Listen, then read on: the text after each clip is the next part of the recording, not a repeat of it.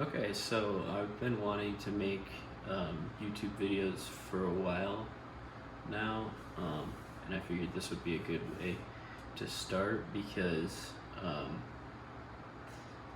when I went to start doing hydroponics like this, there wasn't a lot of information out there. There's some pretty good resources, but I felt like I could have a different perspective on it because I did hydroponics research in graduate school. So yeah, let's just get down to it. I have 3 systems set up, and each one of these Idoo systems holds 12 plants each. So in total I can have 36 plants, which is like way more than I need, just as one person.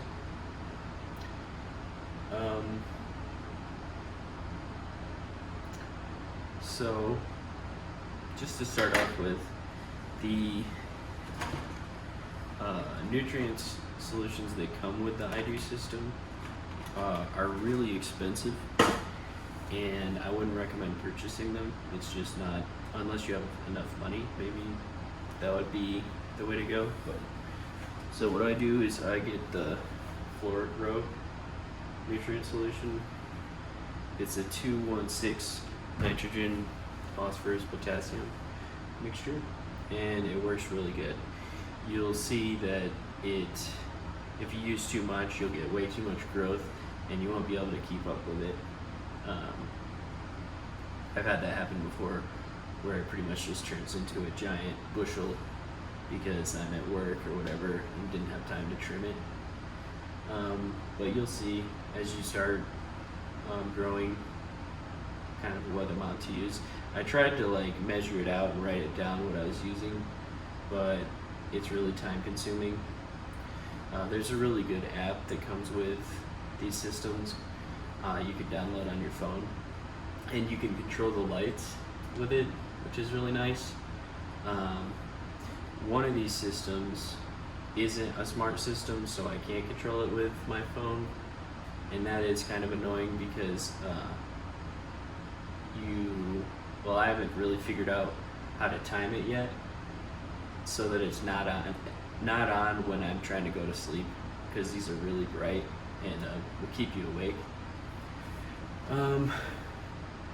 But yeah, I think there's a pretty big price difference between the smart one and the normal one though, so if you're not concerned about wanting the lights to be on at a certain time, I wouldn't worry about getting the smart one.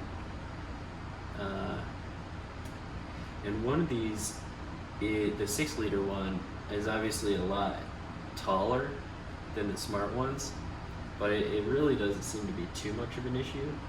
I get kind of the same amount of growth either way.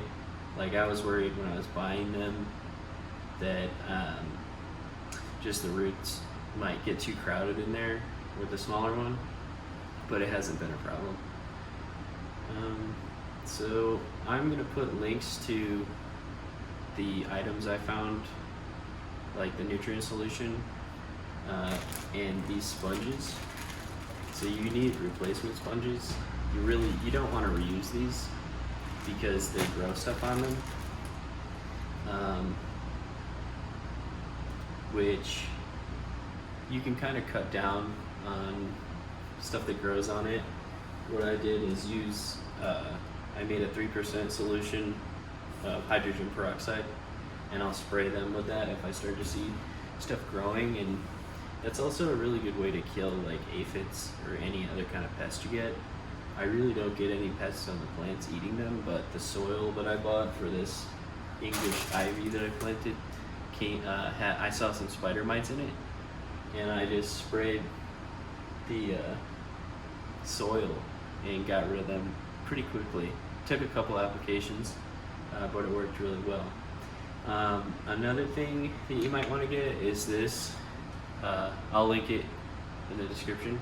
It's Ferrous Sulfate Heptahydrate. It's an iron supplement.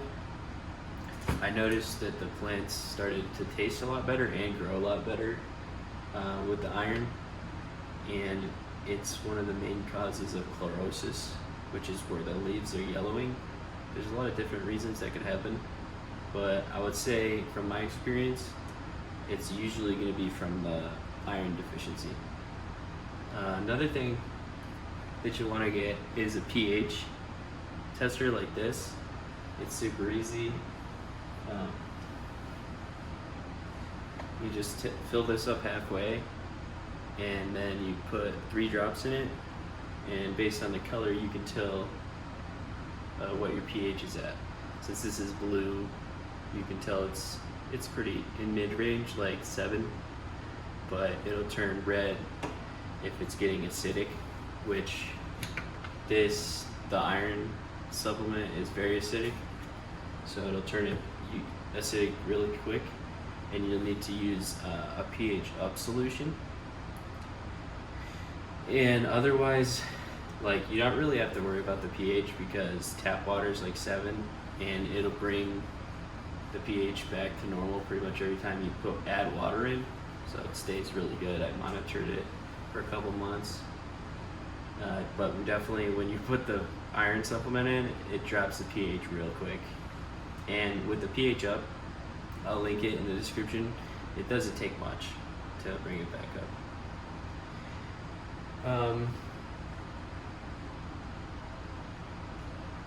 And so what I've been growing mainly is this romaine lettuce. I'll link that too, and it grows really well in here. I've tried spinach, different species of spinach, and if you just get like the normal one, it really doesn't like growing in this, because spinach likes to grow in the shade of other plants, and it's also pretty woody. But I found another strain of spinach called space spinach, and that actually seems to grow pretty well in here. Although I'm pretty sure everything right now is romaine, because the space spinach just takes too long, and I really just like to have the salad available. And the thing is, when you grow like romaine lettuce, the plant only lives for like, honestly, like a month to 2 months, where you'll be actually getting the harvest from it, and then it'll start to bolt, so it produces seeds, and it tastes really bitter. You gotta just kind of pull it out at that point. And that's when you're gonna want to have like these, which are the replacement net cups. I had tried to do, just clean them out and stuff, but once all those roots grow in there, it's a lot of work to try to pull the sponge out and the roots out, and you're cleaning all that. When you can just buy these and easily put the new one in, because this is really time consuming. I like it, it's enjoyable for me, but anything to make it faster is really good. And so something I started doing lately is I bought this twine, and what I'll do is trestle the plants to the pole that the light sits on, and that works really good, because otherwise they just kind of grow whichever way they want.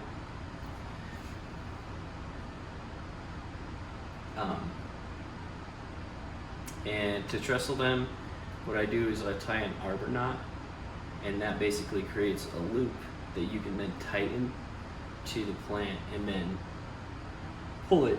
It pulls it to the pole where I tie it down to, and that's worked really well. So yeah, I think that pretty much covers everything.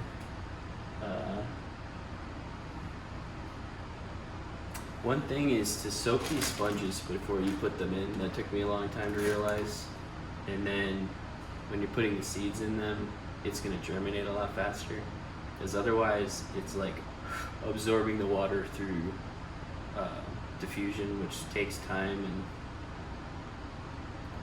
yeah, so just wanted to get them to germinate as fast as possible. I think that's everything I wanted to mention. I'm gonna put links to everything in the description. So yeah, thank you for watching.